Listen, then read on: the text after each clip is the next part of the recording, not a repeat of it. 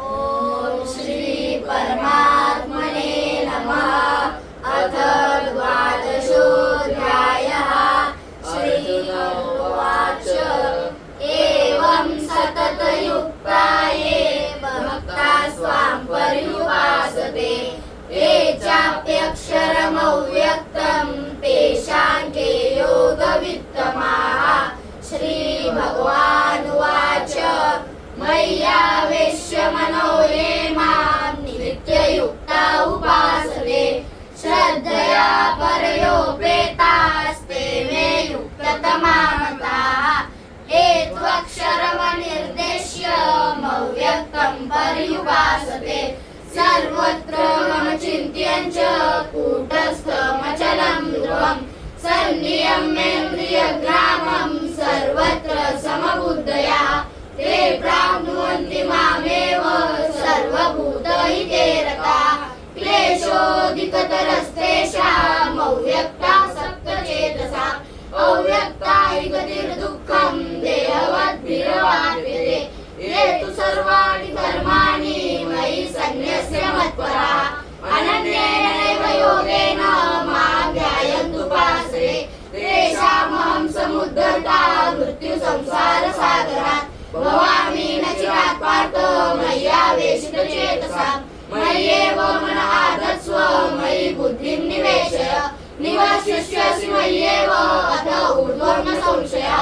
अथ चित्तं समाधातुं न शक्नोषि मयि चिरम् अभ्यासयोगेन ततो मामिच्छाप्तुं धनञ्जय। अभ्यासेऽप्यसमर्थोऽसि मत्कर्म परमो भव मदर्थमपि कर्माणि कुर्वन् सिद्धिमवाप्स्यसि। अथ यदप्यशक्तोऽसि कर्तुं मद्योगमाश्रितः सर्वकर्मफलत्यागश्चातिरनन्तरम्। नमः गणपती बाप्पा मोरया।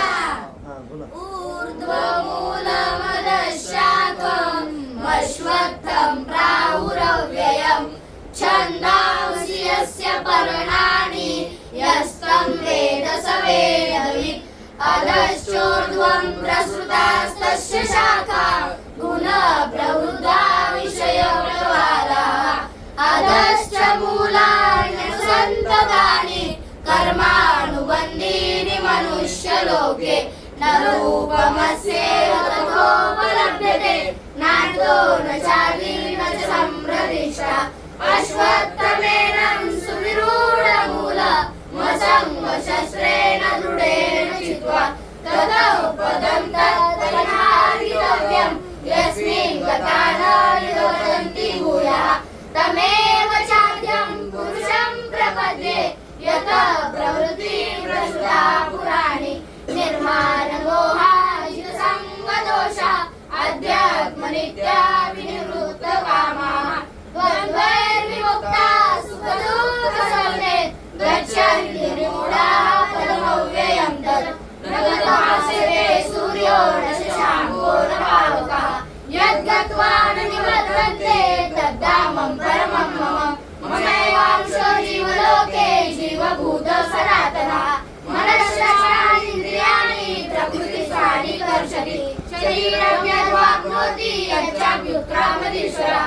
गृहीतैतानि संयाति वायुर्गन्धानि वाशय श्रोत्रं चक्षुस्पर्शनं च रसनं घ्राणमेव च अनिष्टायो न नष्टायो मिषायो उपसेवते उत्क्रामन्तं स्थितवापि भुजानुगमनान्तरं विभ्राणान् पश्यन्ति नानचक्षुषा यतो नैनं मन्यमुष्टितम्।